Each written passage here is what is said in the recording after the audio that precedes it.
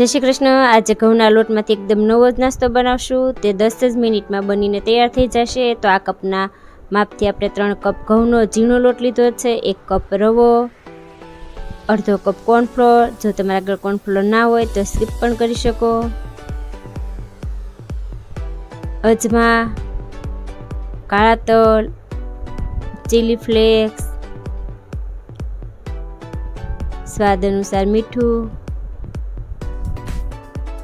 મોણ માટે તેલ અને ઘી બંને લીધા છે, લીલા ધાણા। તો નોર્મલ પાણી લઈને આપણે લોટ બાંધી લઈએ। લોટ આપણે રોટલી કરતાં થોડો કડક એવો બાંધવાનો।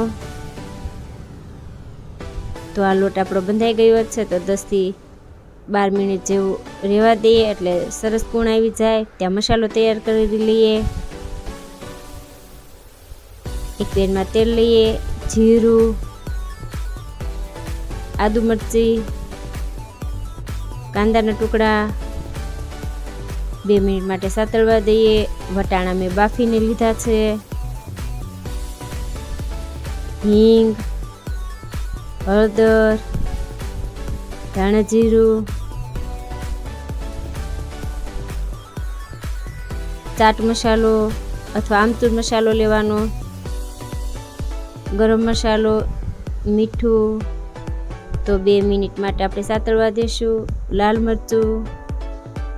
તો મસાલા બરાબર સાતળીને સરસ તૈયાર થઈ ગયા છે। તો બાફેલા બટેટા લઈ લઈએ। બટેટાને મેં અધકચરા કરી લીધા છે। લીલા ધાણા બરાબર મિક્સ કરી લેશું। તો લોટને આપણી સરસ કૂણ આવી ગઈ છે। તો એક મોટી સાઈઝની રોટલી બનાવી લેવાની। એકદમ મોટું લુવું લઈ અને મોટી સાઈઝની રોટલી વણી લેવાની।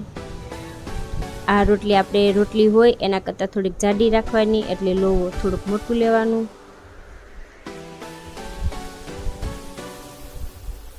અને લોટ થોડોક કડક જ જેવો રાખવાનો, એટલે રોટલી ફટાફટ વણાઈ જશે। તો આ રીતે રોટલીના આપણે 8 ટુકડા કરી લેશું।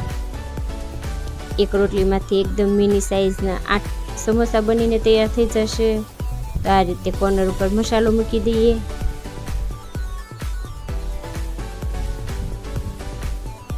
તો આ રીતે હાથેથી આપણે પેક કરી દઈશું રોટલીને।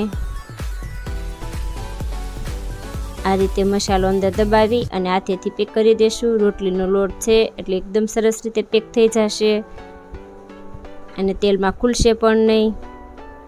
તો આ રીતે આપણે મિની સાઈઝના સમોસા તૈયાર કરી લઈએ।